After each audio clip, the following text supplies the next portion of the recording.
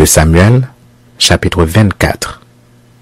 La colère de l'Éternel s'enflamma de nouveau contre Israël, et il excita David contre eux en disant, « Va, fais le dénombrement d'Israël et de Juda. » Et le roi dit à Joab, qui était chef de l'armée qui se trouvait près de lui, « Parcours toutes les tribus d'Israël, depuis Dan jusqu'à Beersheba, qu'on fasse le dénombrement du peuple et que je sache à combien il s'élève. » Joab dit au roi, « Que l'Éternel ton Dieu rende le peuple 100 fois plus nombreux, et que les yeux du roi mon Seigneur le voient. Mais pourquoi le roi mon Seigneur veut-il faire cela? » Le roi persista dans l'ordre qu'il donnait à Joab et aux chefs de l'armée. Et Joab et les chefs de l'armée quittèrent le roi pour faire le dénombrement du peuple d'Israël. Ils passèrent le Jourdain et ils campèrent à Aroïère, à droite de la ville qui est au milieu de la vallée de Gad et près de Jaïzer. Ils allèrent en Galaad et dans le pays de Tashtim, Otchi. Ils allèrent à Dan-Jaan et aux environs de Sidon. Ils allèrent à la forteresse de Tyr et dans toutes les villes des Héviens et des Cananéens. Ils terminèrent par le midi de Juda à Beersheba. Ils parcoururent ainsi tout le pays et ils arrivèrent à Jérusalem au bout de 9 mois et 20 jours. Joab remit au roi le rôle du dénombrement du peuple.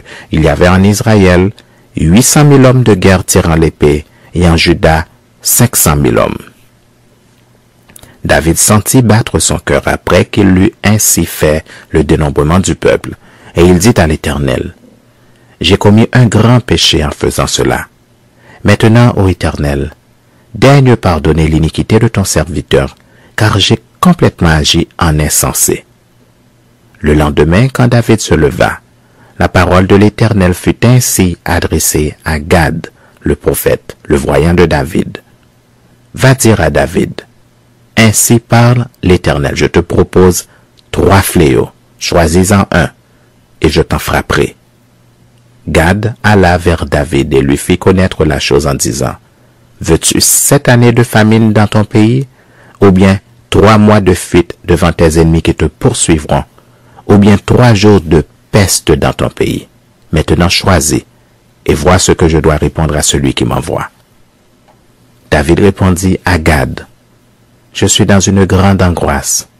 Oh, tombons entre les mains de l'Éternel, car ses compassions sont immenses, mais que je ne tombe pas entre les mains des hommes. » L'Éternel envoya la peste en Israël depuis le matin jusqu'au temps fixé, et de Dan à Beersheba il mourut 70 000 hommes parmi le peuple. Comme l'ange étendait la main sur Jérusalem pour la détruire, l'Éternel se repentit de ce mal, et il dit à l'ange qui faisait périr le peuple, « Assez, retire maintenant ta main. » L'ange de l'Éternel était près de l'aire d'Aravna, le Jébusien. David, voyant l'ange qui frappait parmi le peuple, dit à l'Éternel, « Voici, j'ai péché, c'est moi qui suis coupable, mais ces brebis, qu'ont-elles fait? Que ta main soit donc sur moi et sur la maison de mon père. » Ce jour-là, Gad vint auprès de David et lui dit, « Monte, élève un autel à l'Éternel dans l'aire d'Aravna le Jébusien. » David monta selon la parole de Gad, comme l'Éternel l'avait ordonné. Aravna regarda, et il vit le roi et ses serviteurs qui se dirigeaient vers lui. Et Aravna sortit et se prosterna devant le roi, le visage contre terre.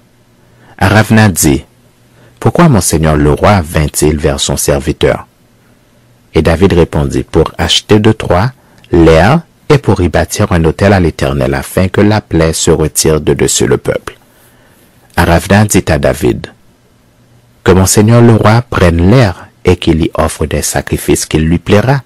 Vois, les bœufs seront pour l'holocauste, et les chars, avec l'attelage, serviront de bois. » Aravna donna le tout au roi, et Aravna dit au roi, « Que l'Éternel ton Dieu te soit favorable. » Mais le roi dit à Aravna, « Non, je veux l'acheter de toi à prix d'argent, et je n'offrirai point à l'Éternel mon Dieu des holocaustes qui ne me coûtent rien. » Et David acheta l'aire et les bœufs pour 50 sicles d'argent.